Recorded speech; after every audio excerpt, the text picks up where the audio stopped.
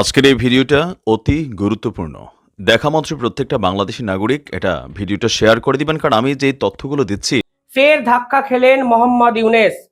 IMF থেকে সরকার পরিচালনা করার জন্য বাংলাদেশ সরকার 640 মিলিয়ন ধার চেয়ে একটি আবেদন করেছিলেন, কিন্তু আইএমএফ সরাসরি জানিয়ে দিল বাংলাদেশের যা বর্তমান পরিস্থিতি তারা এই মুহূর্তে কোনোভাবে সেই লোন কিন্তু দিতে পারবে না। আইএমএফ কি? আইএমএফ হলো ইন্টারন্যাশনাল মনিটারি ফান্ড। এই পার্টিকুলারলি ফান্ড থেকে দেখবেন বিশ্বের একাধিক দেশ লোন নেয়, কারণ এখানে ইন্টারেস্ট রেট অত্যন্ত কম। কিছু কিছু দেশ তো আবার জিরো ইন্টারেস্টও এই আইএমএফ থেকে লোন কিন্তু পায়। কিছুদিন আগে পাকিস্তান সরকারকেও কিন্তু লোন দিতে চায়নি এই আইএমএফ, আর এরপরেই বাংলাদেশ সরকারের কাছে এই ধরনের রিজেকশন লেটার যা আন্তর্জাতিক মিডিয়ায় প্রচার পাওয়ার পর বাংলাদেশ সরকার তড়িঘড়ি এই সম্পূর্ণ বিষয়টা নিয়ে ড্যামেজ কন্ট্রোল করার চেষ্টা করেছেন। বর্তমান সরকারের দেউলিয়াকরণ আদতে যে কেউ আটকাতে পারবে না, অন্তত আইএমএফ এর এই ধরনের সিদ্ধান্তের পর আরো একবার কিন্তু এস্টাবলিশড হয়ে গেল। শেখ হাসিনা যখন প্রধানমন্ত্রী ছিলেন তখন আইএমএফ এর সঙ্গে 2022 সালে একটি চুক্তি হয় বাংলাদেশ সরকারের। সে সময় শেখ হাসিনার সময় বস্ত্র শিল্পে বাংলাদেশ এতটাই অভূতপূর্ব উন্নতি করে যে বাংলাদেশের জিডিপি হুড়ুর করে বাড়তে শুরু করে দিয়েছিল। এমনকি অক্সফোর্ড ইউনিভার্সিটি একটি রিসার্চে দেখা যায় শেখ হাসিনাকে কেন্দ্র করে বাংলাদেশের জিডিপি কিভাবে বেড়েছে সে বিষয়ে একটি গুরুত্বপূর্ণ রিসার্চ ডকুমেন্ট কিন্তু তারা প্রকাশ করে সে সময়। এর জন্যই আইএমএফ ঠিক করেছিল তারা বাংলাদেশ সরকারের সঙ্গে ভবিষ্যতে কাজ করবে এবং বাংলাদেশ সরকারকে তারা লোন দিতে চায়। এর জন্য 2022 সালে এগ্রিমেন্ট হয় বাংলাদেশ সরকারের সাথে যে তারা আগামী 2 থেকে 3 বছরে প্রায় $4.7 বিলিয়ন বাংলাদেশ সরকারকে অর্থ সাহায্য করবে। এই অর্থ সাহায্য কিভাবে করা হবে?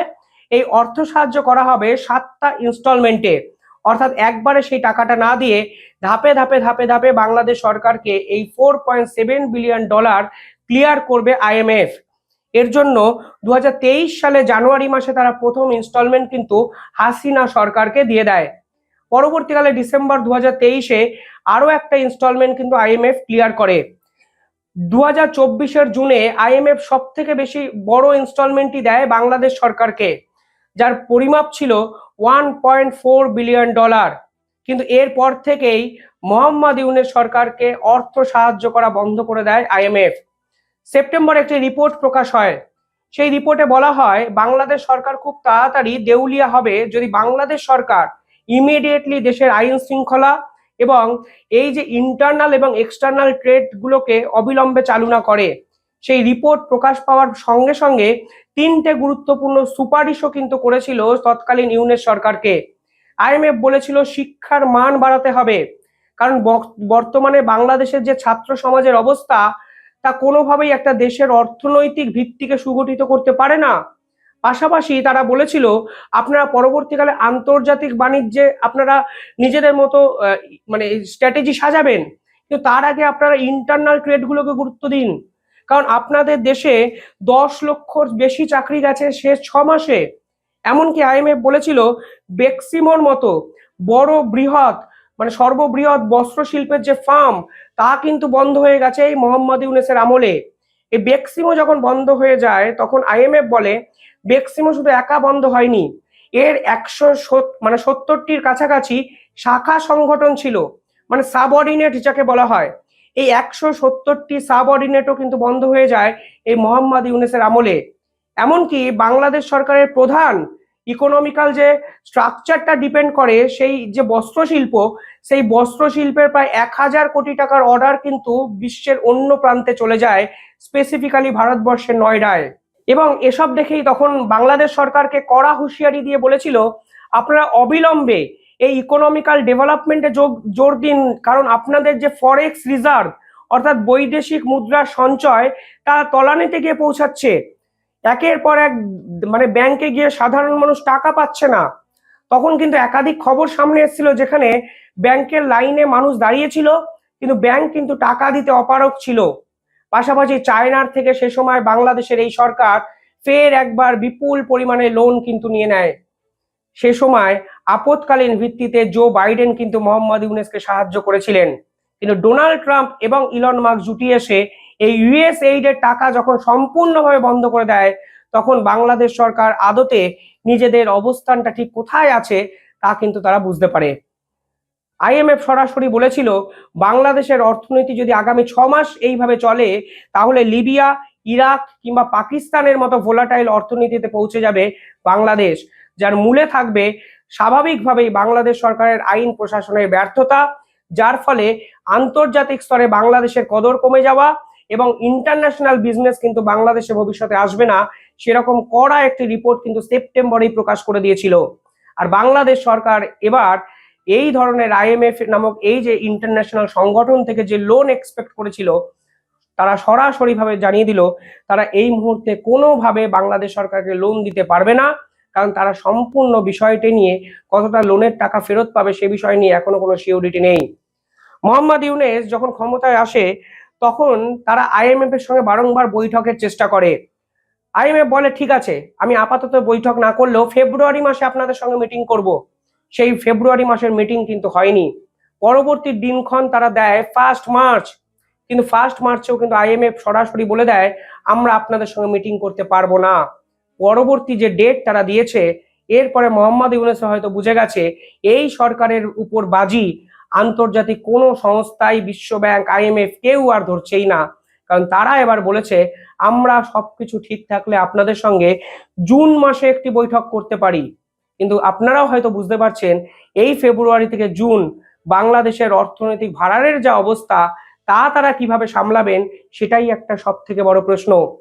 তারা ফের একবার আদানি শরণাপন্ন হয়েছেন বিদ্যুতের জন্য এবং দেশের মানুষকে বলেছেন আপনারা যদি অতিরিক্ত এসি ব্যবহার করেন তাহলে আপনারা আইনের আওতায় আসবেন। মানে কোনো একটা দেশ, প্রগতিশীল দেশ তথাকথিত, তারা এই ধরনের ডিক্টেটরশিপ চালিয়ে কে কতটা এসি ব্যবহার করবে তারও এরকম একটা নির্দেশিকা বার করতে পারে, তা মোহাম্মদ ইউনূসের সরকারকে ছাড়া আমরা হয়তো জানতেই পারতাম না। পরিবেশ দূষণ রক্ষা করার জন্য এসি বন্ধ করা নিয়ন্ত্রণ করছে না এরা বিদ্যুৎ ঘাটতির জন্য করছে।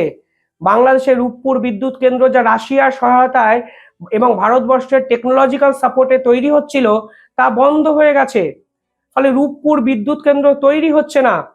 নতুন করে বিদ্যুৎ কিভাবে তৈরি হবে তার কোনো সঠিক দিশা এই সরকারের কাছে নেই।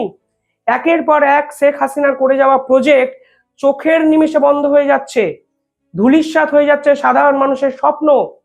একের পর এক রেল প্রজেক্ট ভারতবর্ষেও টাকা দেওয়া কমিয়ে দিয়েছে, 6টা রেল প্রজেক্ট তো প্রায় বন্ধ হওয়ার জায়গায়। ফলে বাংলাদেশের অর্থনৈতিক পরিকাঠামো এতটাই তলানিতে গিয়ে শেষ 6 মাসে মোহাম্মদ ইউনূস সরকার এবং তার এই পল্টু মস্তানরা নিয়ে গেছে, তা থেকে উত্তরণের উপায় এদের কাছেও নেই।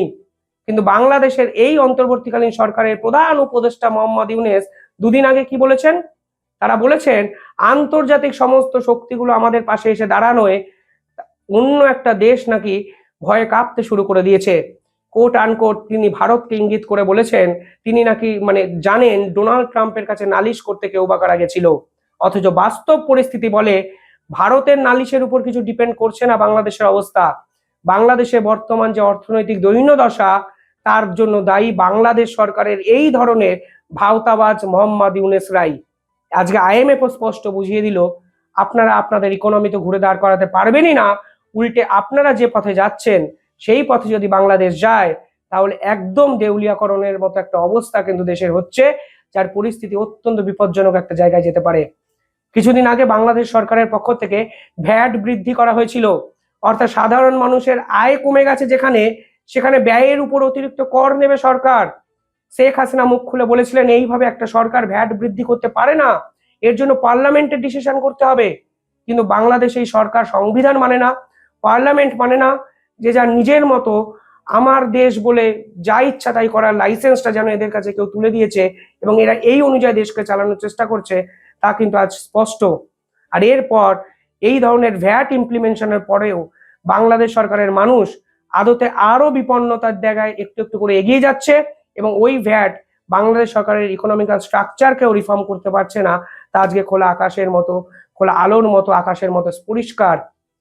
আর এই IMF এর এই ধরনের রিজেকশন মোহাম্মদ ইউনূসের কাছে যে জোর ধাক্কা এবং এরপরেও যে আন্তর্জাতিক ক্ষেত্রে মোহাম্মদ ইউনূসের মুখ পুড়লো এবং বিদেশি কোনো ইনভেস্টমেন্ট অন্তত আগামী 1 বছর বাংলাদেশে আসবে না, তা কিন্তু স্পষ্ট এবং পরিষ্কার। এরপরেও বাংলাদেশ মিডিয়া যদি সাধারণ মানুষকে আয়নার মতো আসল চিত্রগুলো না দেখায়, তাহলে কিন্তু বাংলাদেশের এই বর্তমান অবক্ষয়ের জন্য বাংলাদেশের এই যমুনা টিভির মতো এই ধরনের সংবাদ মাধ্যমগুলো কিন্তু দায়ী থাকবে, এবং সাধারণ মানুষ কিন্তু এদেরকেও কোনো না কোনো দিন ছেড়ে কথা বলবে না, তা কিন্তু আপনারা জেনে রাখুন। কিভাবে সম্ভব বাংলাদেশের উত্তরণ? এই প্রশ্ন আমি আপনাদের উদ্দেশ্যে রাখলাম, কমেন্টে জানাবেন, আর চ্যানেলটি ভালো লাগলে একটু সাবস্ক্রাইব করে দেবেন। ধন্যবাদ।